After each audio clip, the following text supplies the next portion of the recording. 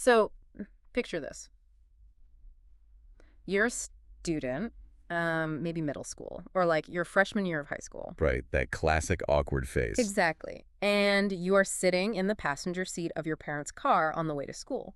You're watching neighborhoods roll by, but you aren't really seeing any of it. Because your mind is just totally elsewhere. Yeah, completely. You are spending that entire 20-minute commute doing just one thing. You are rehearsing exactly how you're going to say hello when you finally see your peers in the hallway. Oh, man. Right. You're practicing the tone. You're debating whether to do like a casual wave or maybe just a nod. You are calculating the exact inflection of the word. Just overthinking every tiny variable. Yes. You run through it 50 times until you have it totally dialed in. And then, the car parks. You grab your heavy backpack. You walk through those double doors into the chaotic, loud hallway, and you say absolutely nothing. Wow. Yeah. Your mind just goes completely blank. The words evaporate, and you keep your head down and walk straight to your locker. It's a profound kind of paralysis. Yeah. And the reality is that exact scenario plays out in school hallways across the country every single morning. It really does. So welcome to today's deep dive. We are exploring a fascinating stack of briefing materials and program details from a K-12 mental health support program operating in Georgia, known as MentalSpace School. A really interesting program. Yeah. Our mission today is to unpack exactly what they are doing to address this specific, agonizing kind of student experience. Which feels incredibly urgent right now, to be Oh, honest. absolutely. Because typically, when we enter these back-to-school seasons, the conversation is entirely dominated by two massive pillars, right? Yeah. Academic performance and physical safety. Well, like, are test scores up? Are the buildings secure? Exactly. But the sources we're looking at today highlight a third pillar. Yeah. They focus on what is arguably one of the quietest, most invisible struggles of those first few weeks back in the classroom: friendship, anxiety, and social reentry. It's this internal battle that largely goes unnoticed by the adults in the room, specifically because of how it presents itself. Okay, let's unpack this, because I think we really need to understand the shape of this problem on the ground before we can even begin to talk about the systemic solutions that MentalSpace School is bringing to the table. Right, the actual day-to-day reality of it. Exactly. We hear the phrase friendship anxiety, but how exactly is this anxiety hiding in plain sight? Like, if a kid is struggling that much, wouldn't a teacher or a parent notice? Well, they often don't notice because the anxiety hides by not looking like traditional distress. That's the fundamental misconception we have to break down here. Makes sense. When we think of childhood anxiety, our cultural script tells us to look for, a panic attack or crying or overt avoidance, like a kid physically refusing to get out of the car in the drop-off line. Right, the really obvious red flags. Exactly. But the briefing materials point out that friendship anxiety rarely looks like that outward explosion. Instead, it looks like a kid who seems completely fine. Just flying under the radar. Yeah. It looks like the student who shrugs, puts on headphones, and insists they just don't really care about having friends. The classic, I'm just a loner, I prefer my own company defense mechanism. It is a brilliant, albeit heartbreaking shield. Yeah. And the text gives this very specific, striking example of how this plays out. What's the example? Well, it describes a student who is incredibly warm, funny, and engaging when they're just interacting with one other person. Okay. Maybe they're chatting with their mom in the kitchen or, talking to a single teacher after class, and their full personalities on display. But the moment you put that exact same student in a group of 4 peers, Oh, let me guess. complete silence, they shut down. The personality just vanishes. Wow. And the sources note that if you are a parent watching this dynamic play out, say, when relatives or neighborhood kids come over, you are not imagining things. And if you're a K-12 teacher, you have absolutely already spotted these kids in the back of your classroom by now. That specific detail about being fine with one person but silent in a group of 4, that translates so perfectly to adulthood. Oh, 100%. Think about going to a professional networking event or a large cocktail party. You can be in your car, over-preparing your elevator pitch, feeling completely ready to mingle. Ready to take on the room. Right. But then Yeah. you walk into the venue, you see a tight circle of 4 professionals chatting effortlessly, and you just freeze. The dynamic completely shifts. Yeah, the cognitive load of trying to figure out when to speak, how to stand, what to say, it's too much. So you stand by the snack table pretending to be deeply interested in the cheese spread, just hoping no one notices you aren't talking. We've all been there with the cheese spread. Exactly. The social paralysis is real no matter your age. But with kids, we tend to dismiss it. We just write it off. We really do. So what does this all mean for how we view a quiet kid? Like, are we confusing a lack of social desire with a state of social paralysis?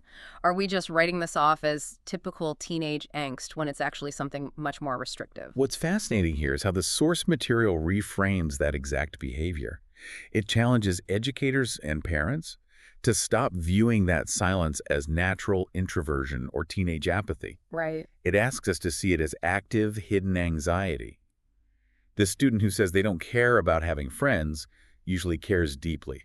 They're simply overwhelmed by the mechanics of social integration. Yeah, the mechanics of it all. The fear of getting it wrong, of being judged, or of misreading the group dynamic, it completely outweighs their desire to connect. So they choose the perceived safety of isolation. They aren't aloof, They are paralyzed by the variables. Which is an incredibly heavy way to experience school every single day. I mean, you are basically walking through a minefield for 8 hours. It's exhausting just thinking about it. Seriously.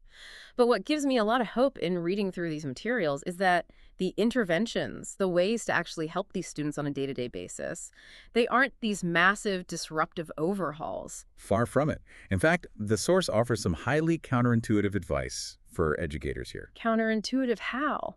Well, the instinct is often to pull the kid aside, make a big deal out of it, or force them into the center of a social circle. Right, the sink or swim method. Exactly. Yeah. But because the anxiety is hidden and internal, the initial solutions shouldn't be grand, sweeping interventions that call attention to the student. It makes sense. The materials argue that what actually helps is much smaller.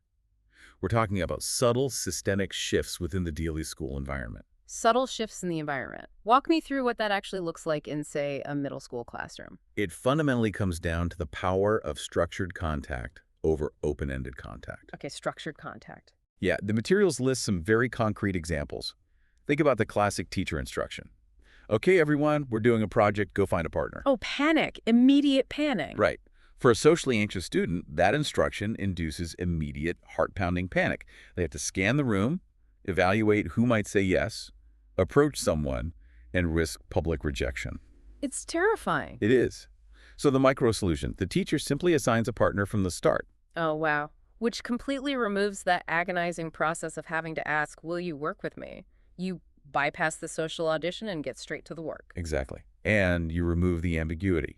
Another example the sources provide is offering a school club that is a very specific hands-on task, rather than just hosting a general social hour. So less mingling, more doing. Right. Or creating a standing lunch table that has a clear, defined purpose, like a board game table or a comic book reading table. That's brilliant. When you give the interaction a structure and a task, you remove the terrifying ambiguity of unstructured socializing.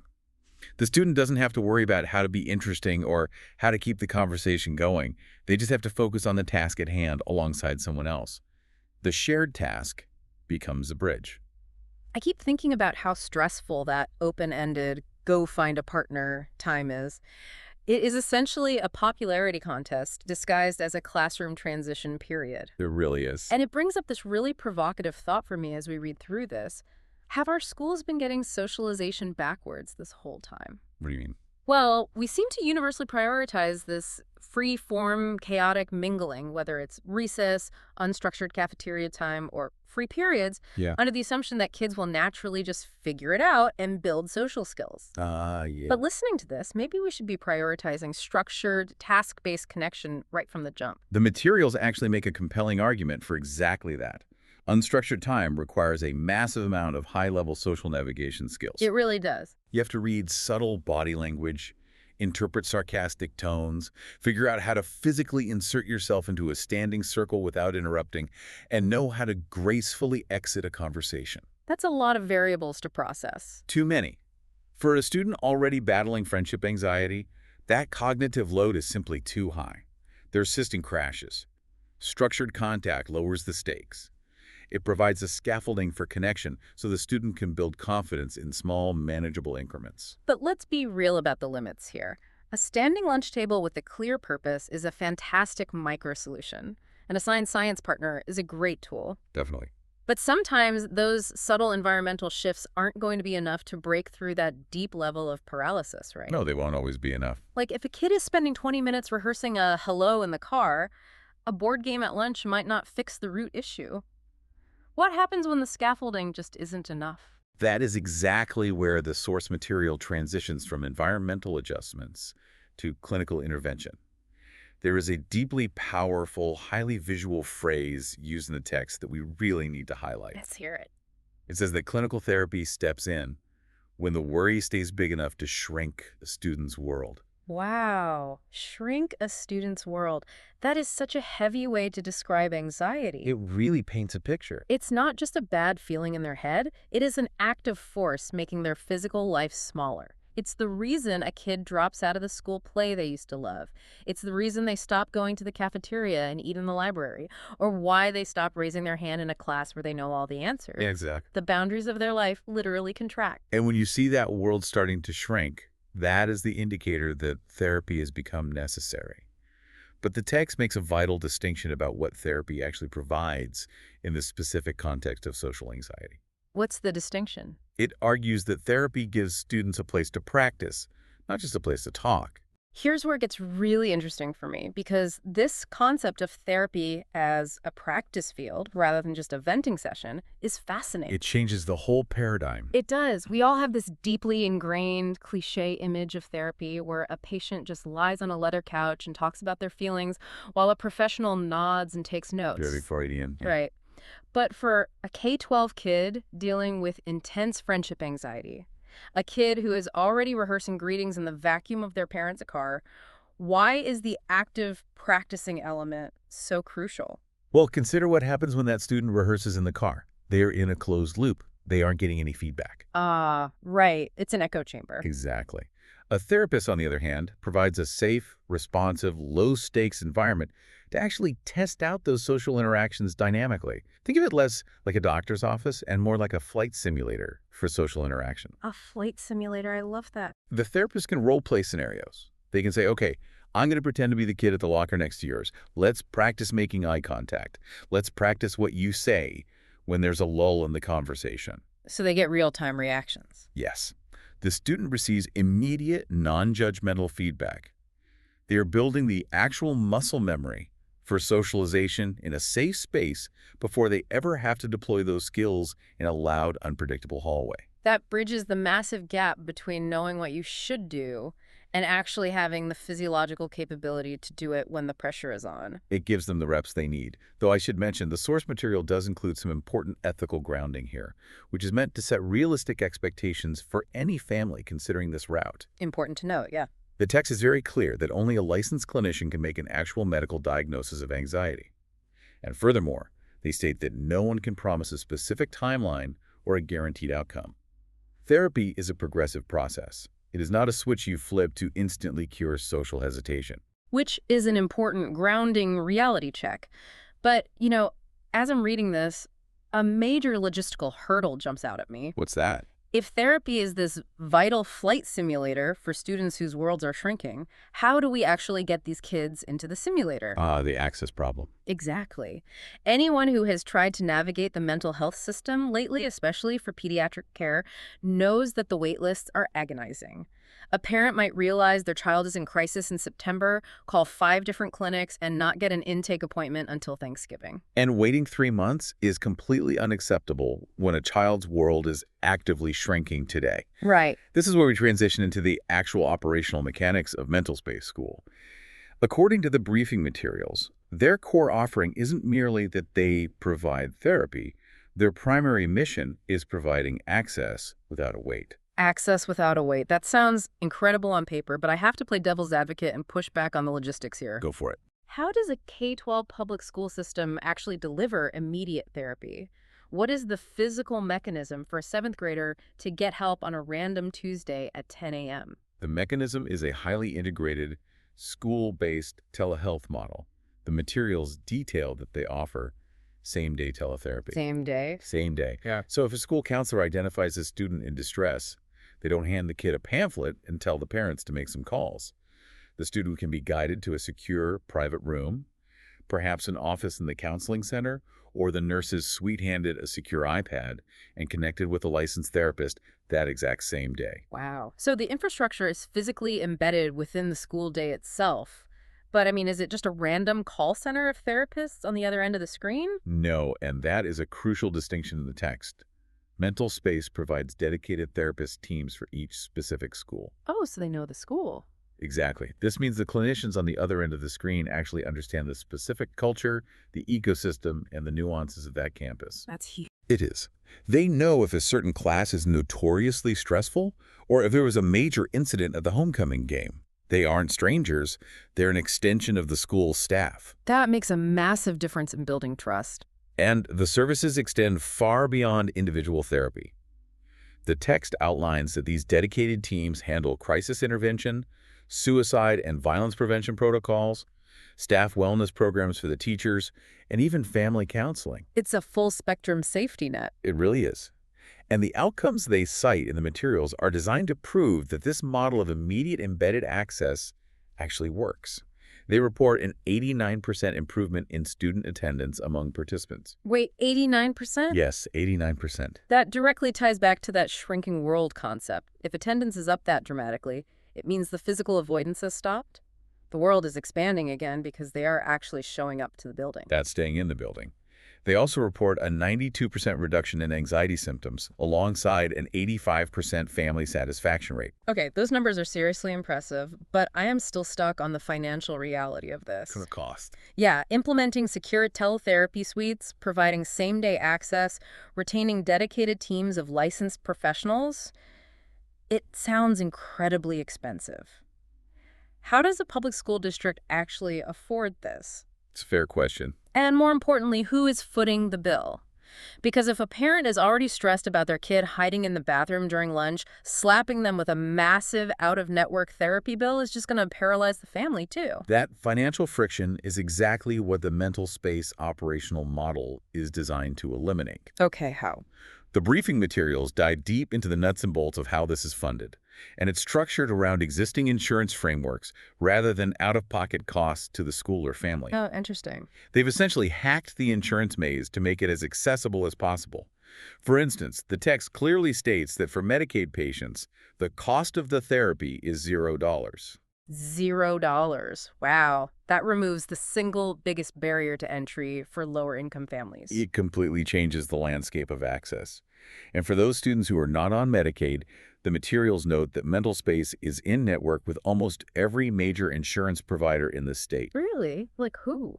They list Blue Cross, Blue Shield, Cigna, Aetna, United Healthcare, Humana, Peach State, CareSource, and AmeriGroup. That's a massive list. It is. By building an infrastructure that accepts such a wide net of coverage, they ensure that the vast majority of students can access the care without placing an impossible financial burden on the parents or the school district itself. And who are the therapists actually doing this work? Because, if a student is struggling with complex social anxiety, perhaps tied to their cultural background or a specific lived experience, they need to feel fundamentally understood by the person on the screen. Absolutely. The materials emphasize that the staffing model prioritizes licensed, diverse, and culturally competent therapists. That's critical. The program recognizes that a one-size-fits-all approach to therapy doesn't work, especially for K-12 students who are hyper-aware of whether an adult actually gets them. Furthermore, on the administrative side, the text notes that the entire platform is strictly HIPAA and FERPA compliant. Let's clarify FERPA for a second, because that gets thrown around in education a lot. That is the federal law that protects the privacy of a student's educational records, right? Correct. It ensures that a student's mental health journey and their private discussions remain completely confidential. They are not improperly shared or weaponized within their general academic record. The privacy walls are absolute. Now, regarding the administrative and legal side of this, there is a very specific piece of legislation mentioned in the text that we have to talk about. Yes, the state mandate. Exactly. The materials state that MentalSpace School provides support for districts needing to comply with Georgia's HB 268. For those who aren't tracking state legislation, HB 268 is a recent mandate requiring Georgia schools to implement specific frameworks for mental health and safety nets. But the text lists a compliance deadline of July 2026. And I want to point out to you listening that today's date is August 10th, 2026. Meaning that deadline hasn't just approached, it has officially passed. Exactly. This makes the information in these briefing materials highly urgent. There are likely Georgia school districts right now scrambling, having realized they don't have the internal infrastructure to meet the mandates of HB 268 as the new school year kicks off. If we connect this to the bigger picture, this isn't just a story about helping one quiet kid navigate a lunch table, as vital as that is. Right. It is a story about a statewide legislative mandate colliding with a highly accessible, financially viable solution. MentalSpace School is positioning itself as the turnkey infrastructure for districts that are now legally obligated to provide these safety nets, but lack the budget or the personnel to build a clinic from scratch. It's a plug-and-play solution. Exactly. It's a systemic, top-down solution designed specifically to catch the individual student at the bottom who is quietly falling through the cracks. Which brings us full circle right back to that student we talked about at the very beginning of the deep dive. The kid sitting in the passenger seat, sweating through their shirt, rehearsing a simple hello. Yeah, that kid. The overarching message from these sources is a call for immediate action. The text explicitly says if a specific student or a specific classroom dynamic came to your mind while you were exploring these materials, do not file that thought away until October. Do not wait. Don't wait to see if it's just a back-to-school phase. Because while you are waiting, that student's world is shrinking. Action can be taken today. Early intervention is the absolute key to preventing that isolation from becoming permanent. The infrastructure is there, and families or educators in partner districts can connect a student to a therapist today. And to make sure you can actually take that action, we want to provide the exact contact points laid out in the briefing. Yes, please do. To explore these services, the primary starting point is their website at mentalspaceschool.com. Or if you need to reach out directly regarding partnerships or access, you can email them at mentalspaceschool@seniooptherapy.com. So, this deep dive has explored the hidden mechanics of friendship anxiety and how systemic, barrier-free access to therapy can intervene when a student is paralyzed. It's been a really eye-opening conversation. It really has. Yeah. But as we wrap up, there's a larger, fascinating question embedded in this research that I want to leave you to mull over. What's that? We have just spent a lot of time analyzing how highly effective structured contact, assigned tasks, and purpose-driven interactions are at reducing social anxiety in teenagers. Right, the board games and assigned partners. Exactly. Gives them a safe scaffolding to connect. So, considering that how much of our own adult social anxiety could be completely alleviated if we took a cue from this and redesigned our corporate workplaces, our networking events, and our social gatherings to mirror this exact same purpose-driven structure. Man, it really makes you wonder if we stopped relying on chaotic, open-ended mingling, maybe we wouldn't all be sitting in our cars rehearsing our hellos before walking into a room and saying absolutely nothing.